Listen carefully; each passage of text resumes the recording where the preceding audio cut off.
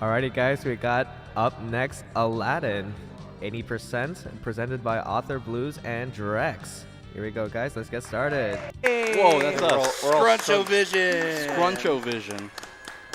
I like it. Hey. Yo. So this is Aladdin by Capcom featuring Disney. Everyone was really excited in chat when they saw the 30-minute estimate because they thought that meant this was going to be the Genesis Aladdin, but real sorry. It's not. Our bad. This one's really good, though. It's pretty good. All right, you let me know when you're ready. I'm ready when you are. Oh, wow. What a gentleman. All right. You ready for a countdown? All right. 3, 2, 1, go. And away they go. Hey. Up reset. Ran into a barrel. That's what I would do if this was not the real thing here. Every time I look at Joe D'Amelio's splits, all I see is Disney's reset. Yeah, so I'm going to be doing a death abuse strat later that's going to set up better RNG for the final boss. And the side effect of that is that I really need to have, or will prefer to have, an extra life. It's actually kind of funny, the extra life that's at the very beginning of the game, if you watch most runs, you'll see people skip it because it actually messes up a strat in the middle of the game. But because I'm doing the death abuse strat, it's up to me. We'll get to that later in Stage 4. Strat in particular. So, as far as in-game tech in general, for those that haven't seen this game, the primary method of movement you're going to be seeing is what's called cape mashing. On a given jump, Aladdin has this sheet that he can use for, it's essentially like just a delayed fall. Lets him float, similar to the cape in Super Mario World. But in this game, what you can do is you can actually do what's called cape mashing by default tapping the R button to continually mash the cape to activate, release, and over and over and over again. Doing this for each activate and release saves an additional frame, so it's pure time save, and there's no reason not to do it. Except for your hand health. It was explained to me that every time you put away the cape, I believe, it pushes you forward 1 pixel. So, I don't know if that's right. I don't care. I was taught by the greats to mash my cape. And I will stand by that to the death. Great Cape Crusader he is. On to our first boss, and actually one of the only bosses in the game. Pretty simple stuff. Clip him with the apple. He gets hit stunned, and then he tries to hit you. Once his sword is raised backwards, you can then jump on him. Don't know if that damage boost is intentional or not. Nope, not at all. Did not want to see that like happen, especially considering in this game, you do not refill health between levels. So yeah, health always carries over, but And Dabu wins by doing absolutely nothing but cheering Aladdin on. cool. Aladdin's just going to go see what's under the hood. Be good. our main method for recovering health in this game is actually the gems that we collect. It may not be immediately obvious, but we're pretty careful about exactly when and how many gems we get in this game. And part of that is because every time you get to 100 gems, you get a full health refill as well as an additional heart container. In order to do the optimal strats on the final boss, you really need to have, I guess it's your 6th heart. 6th or 7, yeah, it's a pretty solid amount of health. Now, you did see Oz go out of his way to grab health there. The reason for that being you don't replenish health between stages. It's probably one of the more difficult elements of this game. So for this is always a weird one to me. To get an optimal cutscene here, you actually have to wait for Abu to catch up to you over Magic Carpet. Saves time over just straight up running because Abu is going to take more time to catch up with you if you just trigger the cutscene too early. So allowing him to get there first is optimal. Yeah, as soon as you touch that cutscene trigger, Abu just walks to you, and that's way slower than him usually running to you. So you just wait for him to show up, and then you run to the... On to what I think is probably the first gatekeeper of the run. 2-2 is... It's a really, really cool stage. There's a lot of neat tech to it, but a lot of the high-level strats are extremely dangerous here. I've never mashed fast enough to get the optimal strat on this stage. You have to mash with some unbelievable skill and speed in order to actually get under that very last wall. Unfortunately, Drex had to take a death there.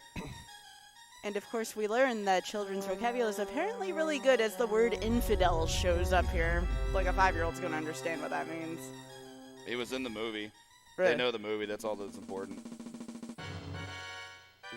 And now the level that Drex was apparently practicing really hard for coming up soon here on all side of the screen. I laugh, but it is very difficult in spots, especially in a marathon. You have to collect all the gems because we're going to need that extra heart container later on in the run. So Another thing to refer for optimal movement, moving uphill in this game, if you're walking, is not ideal. You actually want to continually jump up hills because Aladdin runs really, really slow up inclines. Down inclines, he has great movement, but up inclines, you're going to see a lot of like just continual short hops to get up. So we have certain numbers that we're looking for in general. Our gym routes may not be exactly the same. I'm usually aiming to have my somewhere between 105th and 110th gym by the end of this level. I like to go a little excessive and get more because it means it's a little easier once we get to the bonus stage right before the end. But that will guarantee not only a full health refill, but our 4th heart container by the end of this level. At least it's easy to do here. I mean, you got nothing but time to go get all these gems, and the stage is just littered with them. So this is actually where I do the death abuse right here. The death here actually sets up the random number generator.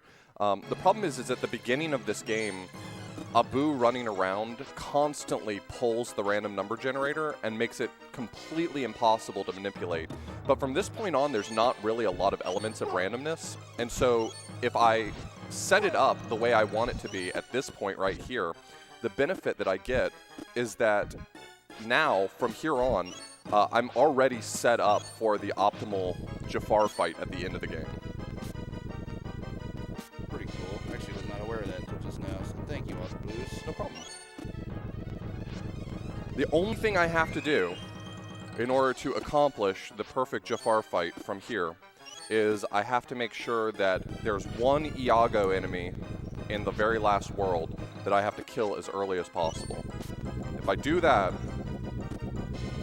then we're golden. now time for everybody's favorite stage that they remember from this game. This stage is easy though. He says right as he crashes into them. Oh, don't say that. If you stay right below the sheet symbol on the screen, you should be able to make this no problem. So everybody can learn something from this one. There's only one boulder in this room that was always a gatekeeper for me. It's right before the last, swoons. Like, there's one boulder that just comes down from the right that just decides to be a real jerk. Like, that guy's clearly there to ruin your day. Let's see what we get here, though. Oh, right, you know, the cave, so I'll in the clear. Down, up, and down. And we're in there. Nice job. Still pretty close race here.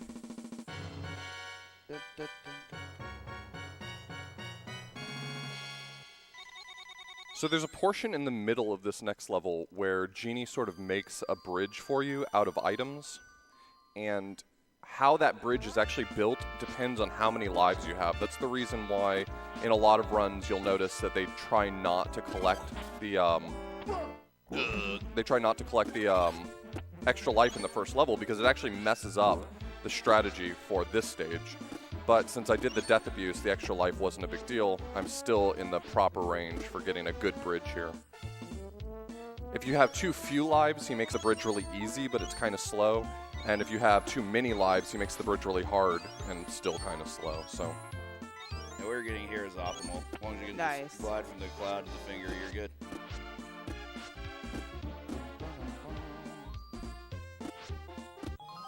Very nice finish there. Pretty good. 4-1 from Author. Into 4-2, balloons with hooks. Not sure how that concept was invented, but here we are. This is probably the most straightforward level of the inside the lamp. There's a lot of enemy clipping, as you can see. Make great use of apples. You have a lot of items that you utilize for jump boosts, but you're generally not going to see a lot of them. Tornadoes will act as random hitboxes, but pretty simple to avoid them. I feel like I'm making a lot of noises. I'm sorry. There we go. Nice job. I only make noises when it's not going well. Probably one of the most technical stages here of Inside the Lamp. This is actually cycle-based here. 4-3 is weird. It's definitely, I think, the most practice-intensive stage, or section of stage 4. Very nice climb there for the first section. The rest of this is pretty standard. Take all the springs, get your ledge clips. That's not what I wanted to do. Nice climb there by Off. Now for the second section, here we have the falling blocks. You can see a bit of cape mashing here. That's lucky. That's 50-50. That's also 50-50. Some of my favorite bits here are actually what you'll see when you utilize the fall of the blocks to be able to get where you need to go. Casually, you'll generally take that one there, but there's no reason to. You can just sail down and cape away. That'll clear out stage 4.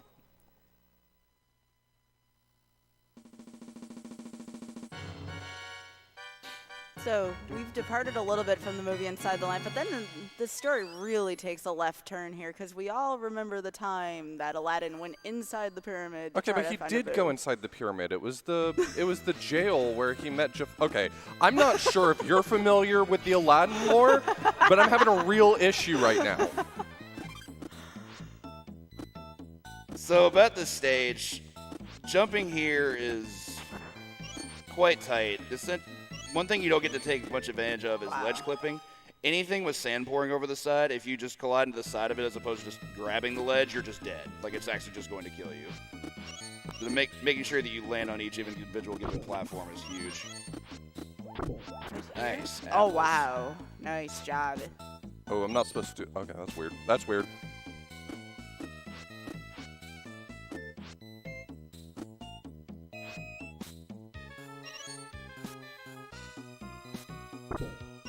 Being a little quieter in that one. I know if I was racing this game, I'd always want quieter in 5-2. That snakehead section is something. Mm-hmm. And a lot of damage boosting in this level for Off.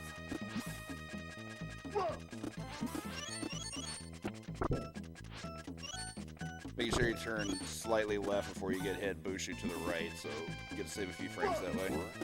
Nice job. Nice.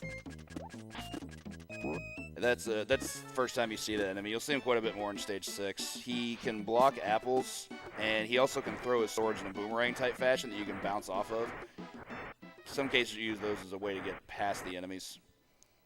I still don't understand how exactly that works, but I guess that's supposed to be a boss per se. It's a boo and a pharaoh's head, but It's supposed to be very spooky, but as soon as you jump on him once, then you realize it's just a boo. ooh. Oh man, no gems. Speaking of all the gems, So this one is the bonus game, and it should be just sort of a nice, relaxing bonus game, but unfortunately, I kind of need all of them. 100% run, let's go. Essentially, what you're doing here is you're sliding through, collecting all the gems that you can. The red gems are certainly the most important. You get 3 individualized gems per red as opposed to the one you get for green. And as Oth mentioned before, every 100 gems not only refills your health, but it raises your max health by 1. Should be good for the 5th health here, no problem. I need to end this level with 70, though. Like, that's how far away we still are. That's a long enough song. True that. Never liked the physics of carpet here. It's like, you kind of have to sway a lot. It's weird. Drex making work of stage 5 there, finishing off the boss.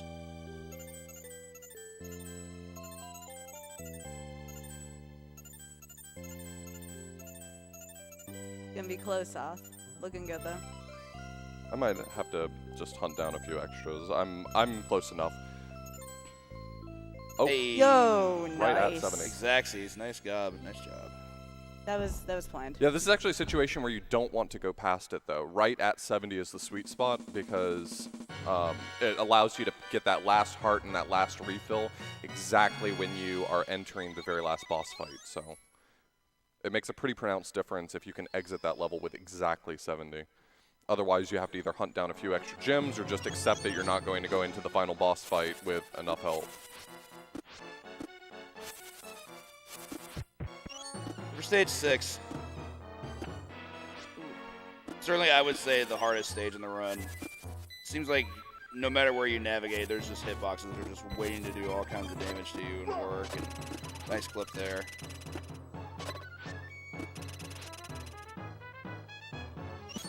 First room being certainly the most forgiving, I guess you could say. It's like a solid introduction to the stage. Whereas 6-2, now we get to deal with lanterns. And this is the Iago I have to hit. Nice. So that should If I hit him early enough, he doesn't get an opportunity to pull the random number generator, and so he doesn't mess things up. I think I might have gotten him early enough. We'll find out in just a moment. These lanterns that are showing above the stage. I'm just angry at lanterns. Any, yeah, just take them out. Show them your orchard. If you accidentally fall into one of them, it actually turns into like a swivel platform, and you don't want that because it increases the amount of time before you're going to hit the ground. So want to make sure you get that out of the way. On the last standard stage, lots of solid apple clips there. It's actually a pretty standard room as long as you're moving quickly through it. The fire is going to be utilized for a damage boost here and there. Upside being that Oth is almost at that sweet 100 that he needs. Yeah, I'm at the perfect number right here. Oh. Yeah, he'll get it right here. Nice job. All right, let's see if that minute On to our worked. first of 2 final bosses. So if it worked, he's going to give me the fast strat right here, which he did.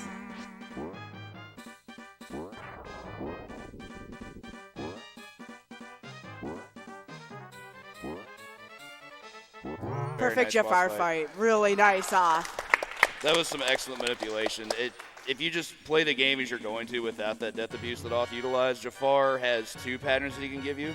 The other one being where he throws a staff at the ground to shoot lightning at you, and that's very suboptimal because it's just caused the fight to go on much longer, and you can't get the fast strat that you get with the birds. So for him to get that pattern right away and be able to finish him off with that quick kill was huge. Time for me is coming up on exactly the 8th hit of the snake, so. Snake.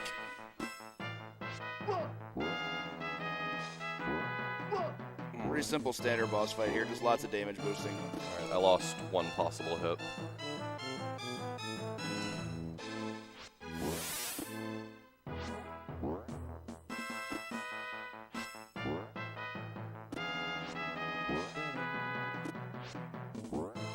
That's it. Hey, wow. It's like a 1656. That's Fantastic pretty marathon good. run. That's 3 seconds off of my PB.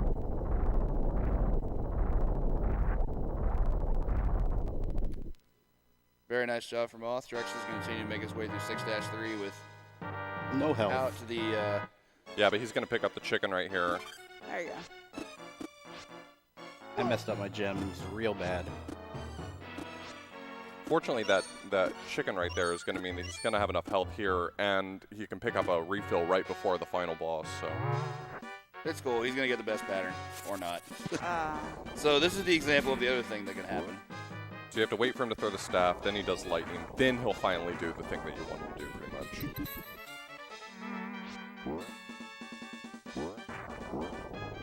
From here, it's going to be the same what you saw from Oth. nice recovery there by Drax. Good Very job. nice. Very nice.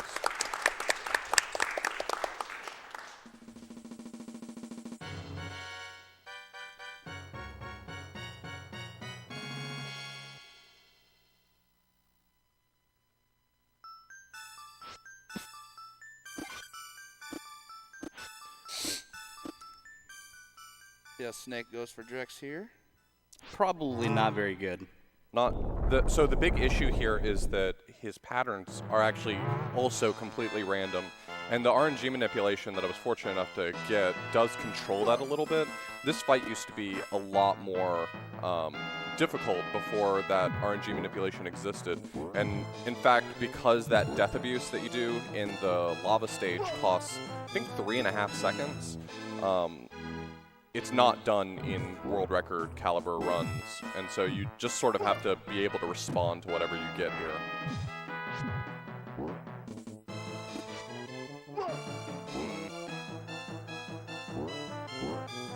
Nice double Yo, jump there. nice. That was a good secondary boost. I'm coming up Drex. One more hit, I believe. And time. Hey. 1960.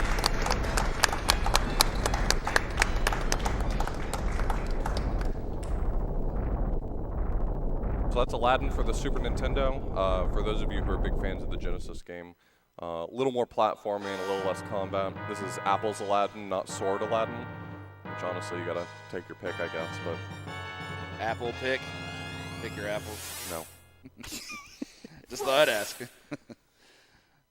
Anyway, thanks to Calithon for letting us show off this super fun game. A lot of these strats have been worked on for so long that the history of this speedrun is really crazy. And, you know, these days it's been pushed to its absolute limits by people like La Hulk and Joe D'Amelio. And this is a really great game to get into. So I guess, again, I'm going to proselytize and say if you want to get into speedrunning, this one's a good one to try. Yeah, the run is really, really forgiving to learn too, because there's so many different ways that you can approach each level. And you can kind of ease yourself into learning all the strats. So it's a good game to learn if you are new to speedrunning. So thanks for watching. Thanks for having us, Calithon. We'll send it back to you. Thank you, Author Blues and Drex, one more time.